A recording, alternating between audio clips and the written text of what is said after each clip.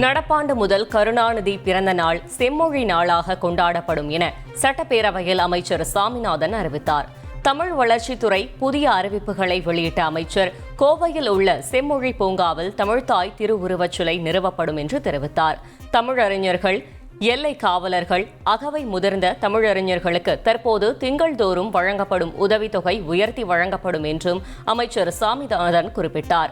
அகவை முதிர்ந்த தமிழறிஞர்களுக்கு உதவித்தொகை வழங்கும் திட்டத்தின் வாயிலாக பயனாளிகளின் எண்ணிக்கை 100லிருந்து 150ஆக உயர்த்தப்படும் என்றும் தெரிவித்தார்.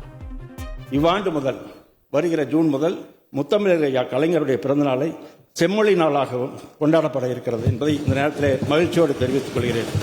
2010ஆம் ஆண்டு கோவையில் செம்மொழி மாநாடு நடைபெற்றது.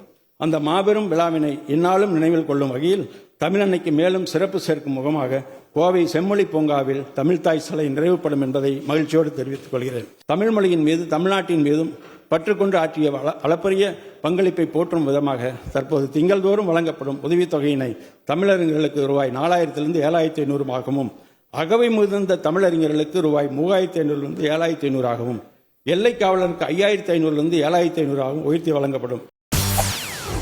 செய்திகளை உடனுக்குடன் தெரிந்து கொள்ள உடனே சப்ஸ்கிரைப் பண்ணுங்க.